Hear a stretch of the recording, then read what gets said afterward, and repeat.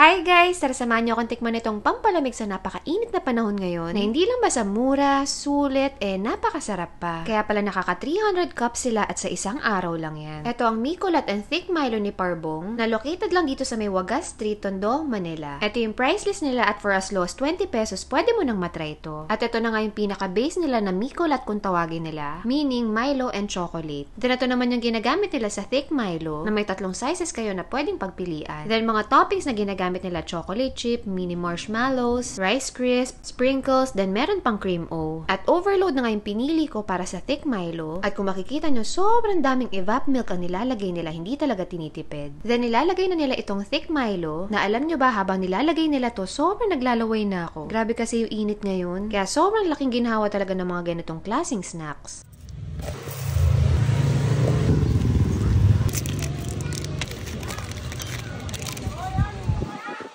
Then ito naman yung Micolat na kung makikita nyo naman sa sobrang daming gatas na nilalagay kayo na yung mahihiya sa may-ari dahil baka maubos agad. At ultimo nga dito sa Milo chocolate na nilalagay nila, ubod din ang dami, napaka-generous nila. May choices daw kayo dito, either lalagyan nyo ng toppings or plain lang ng ganito. Kaya naman ano pang inaantay natin guys, wag na natin patagalan, i-try na natin! Guys, nakahanap tayo ng Thick Milo dahil sobrang init ng panahon ngayon. Perfect na perfect to. Itong overload Thick Milo nila, 60 pesos lang ganito kadami. Kung nakita nyo sa video ko kanina kung gaano sila ka-generous sa paglagay ng mga toppings. Para sa 60 pesos lang. Try na natin bago matunaw. Sobrang daming toppings nito.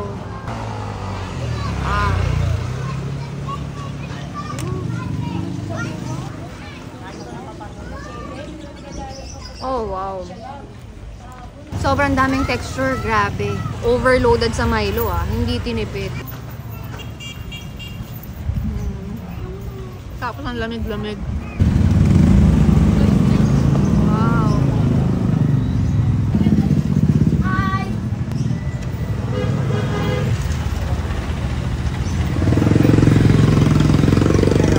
Sa panahon ngayon, yung mga ganitong klaseng snack, heaven.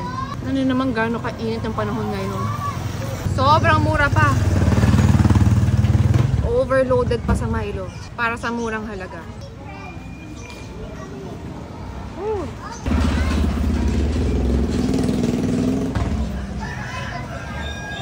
Ito naman si Micolat kung tawagin nila. Inspired daw to sa Thailand.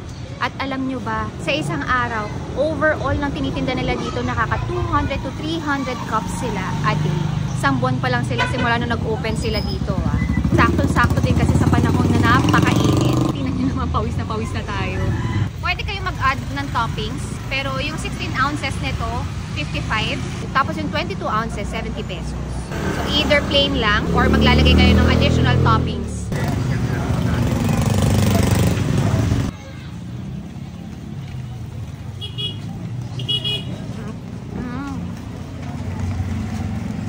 Oh, sarap Try natin i-open. Yan. Sobrang thick niya guys. Ayan.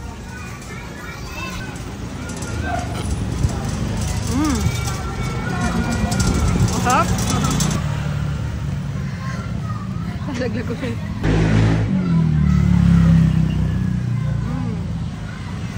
Sobrang fudgy niya. Napakalapot. Parang sa mall ka bumili.